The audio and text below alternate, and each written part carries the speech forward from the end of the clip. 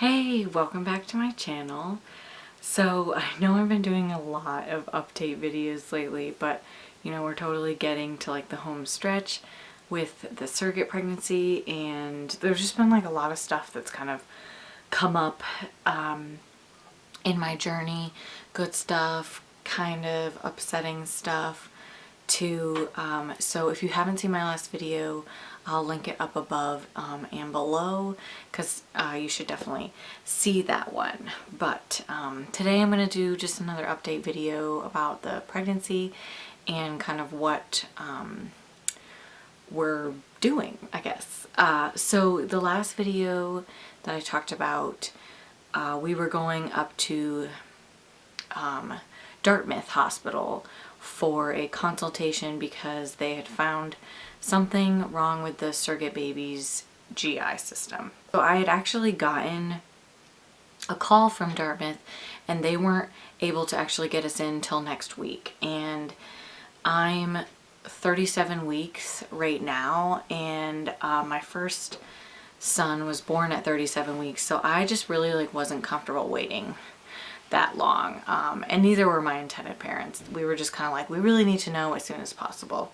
So I ended up calling and sending my referral to the Elliott Hospital, which is a lot closer for me and my intended parents. It is an hour away for both of us, but it's a lot closer than Dartmouth. Dartmouth is almost like 2 hours. So they were actually able to get us in Wednesday. So we just had that appointment. Today is Thursday when I'm filming this. So we just had that appointment yesterday. I just would like to say that the Elliott Hospital was really great and accommodating, and we had a really good time. And I'm actually really happy that we went with that hospital. That being said, we did have some upsetting news about the surrogate baby, and I'll get into that in a minute. So we ended up going to the Elliott Hospital, which is an hour away from me, and we were supposed to meet with a genetic counselor. We were going to have an in-depth ultrasound, and then meet with the maternal, I think it's like maternal fetal doctor or something. I can't exactly remember what it is, but I'll leave the word down here. So we showed up at the hospital and met with a genetic counselor, and it was really great because my intended mother was actually really nervous. She was like, why are we meeting with a genetic counselor? Like, my eggs have been tested. Does that mean that the baby has a genetic disorder? Her head was just swimming with questions. And I was a little bit like, why are we meeting with a genetic counselor? Do they think that the baby has a genetic issue?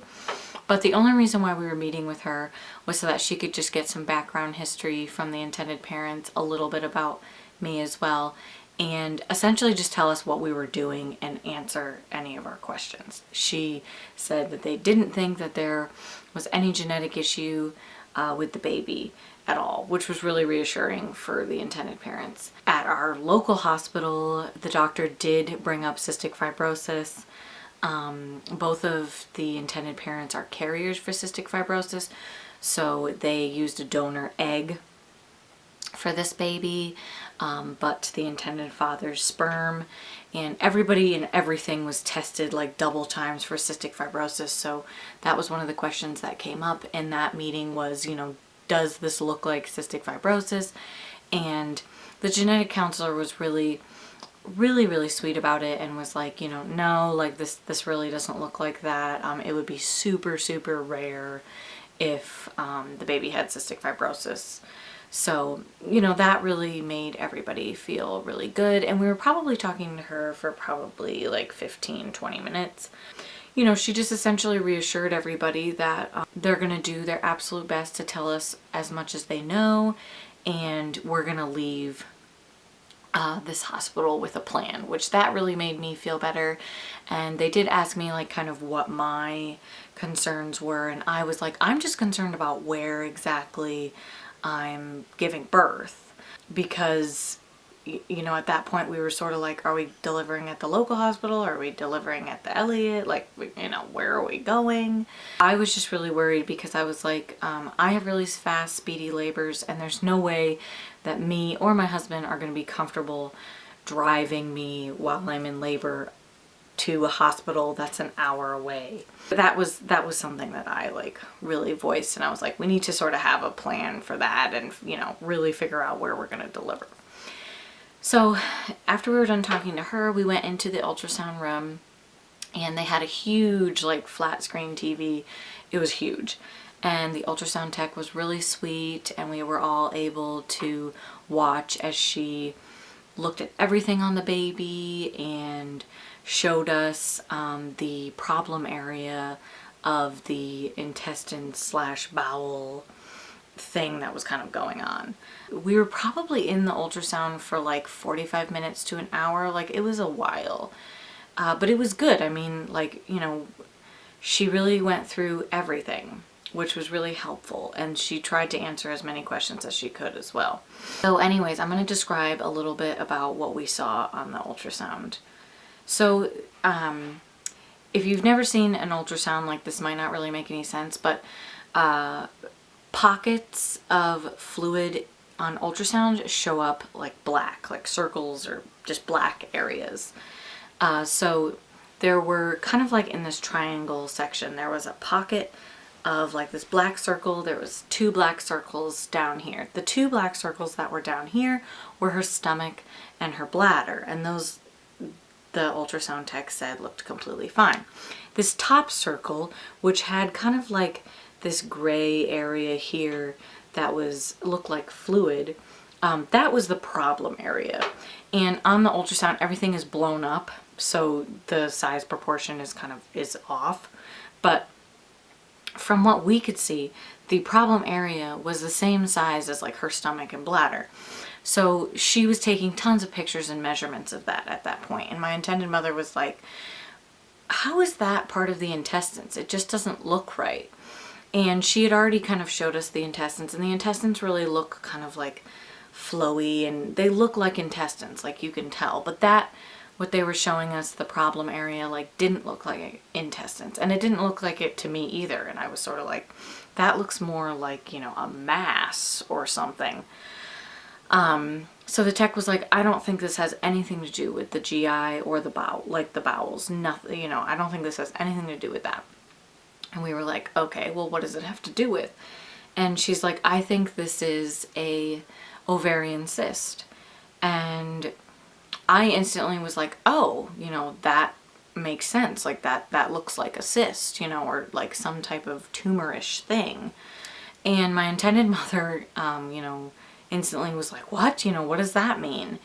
And she was like, you know, she's like, I'm not 100%. Like, obviously the doctor has to come in. The doctor still can't be 100%. Like, the only way they would know what it is like after the birth. But she was like, this looks like a ovarian cyst. So we all were just kind of like watching her at this point take pictures and measurements, and we were asking a couple different questions, like, you know, what does this mean? Is this really, really bad? Like, is the baby in pain? You know, why is this there? Like, you know, how common is this?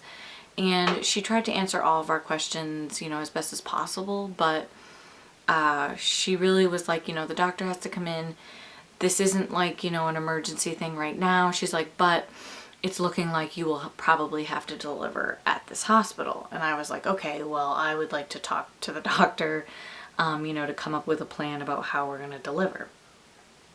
So the doctor came in, and he was great. I was super impressed with him. He was funny.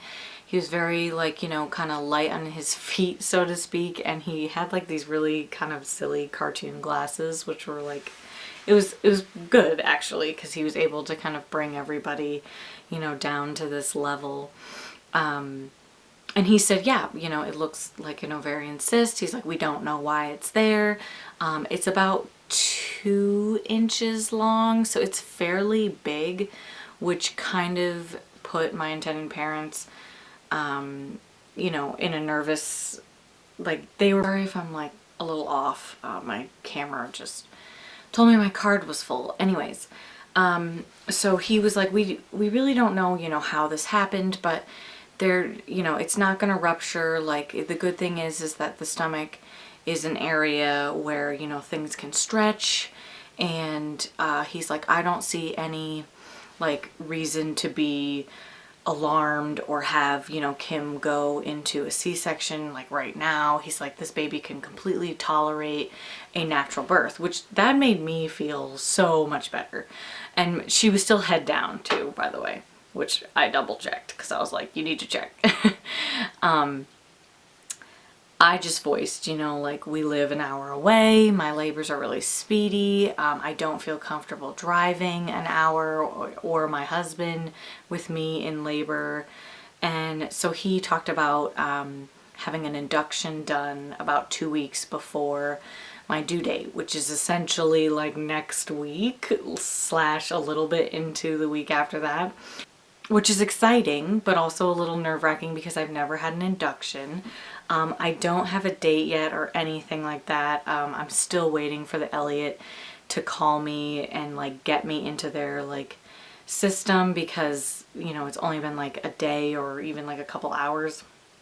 So I'm still waiting for that phone call. A little sidetracked there. He essentially assured us that, you know, of all the things that could be wrong with this baby, like, this is just something that she'll just need a little extra care after the birth. And the local hospital that we were planning to deliver at doesn't really have the means for that. Like, she might need a NICU and the local hospital doesn't have a NICU.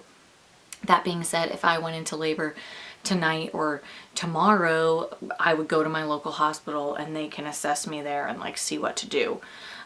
They could either deliver me or like ambulance and then ambulance the baby to Elliott or ambulance both of us to the Elliott. You know, that's kind of the situation where we're at now. It's still like, things are still a little bit up in the air, but I do feel better that like we have a plan. We don't know for sure like when the induction date will be.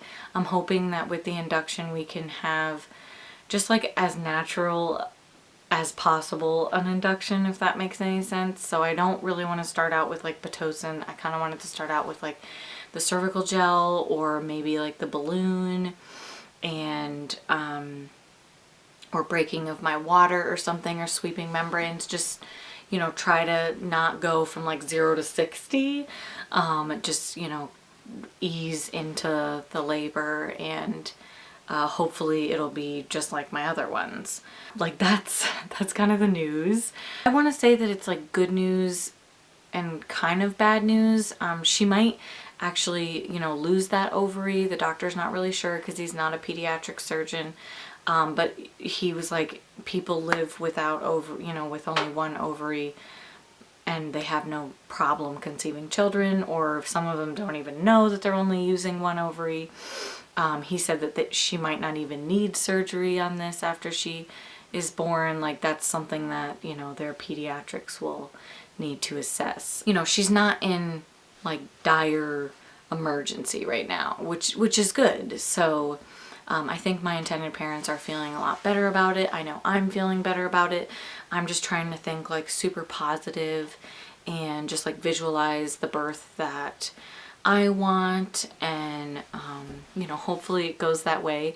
If any of you guys have had like an induction, please totally leave some, you know, advice down below. I would love to read, you know, what your experience was and what you would change or whatever. But I definitely want to keep you guys updated, and when we have a date, I'll probably put it on my Instagram stories or something. So yeah, and I do want to apologize. I know this week has been like a little sporadic with my videos, but we are getting to like the final stretches.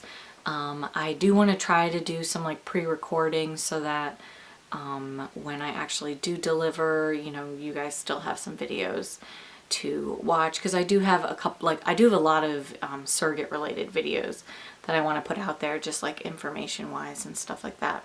But if there's a video that you guys want to see, like, please comment below or like DM me on Instagram and I'll like totally try to do those. But I don't think there's anything else that I really want to update you guys on. The Elliott Hospital was really, really great. I'm really hoping that the induction goes well.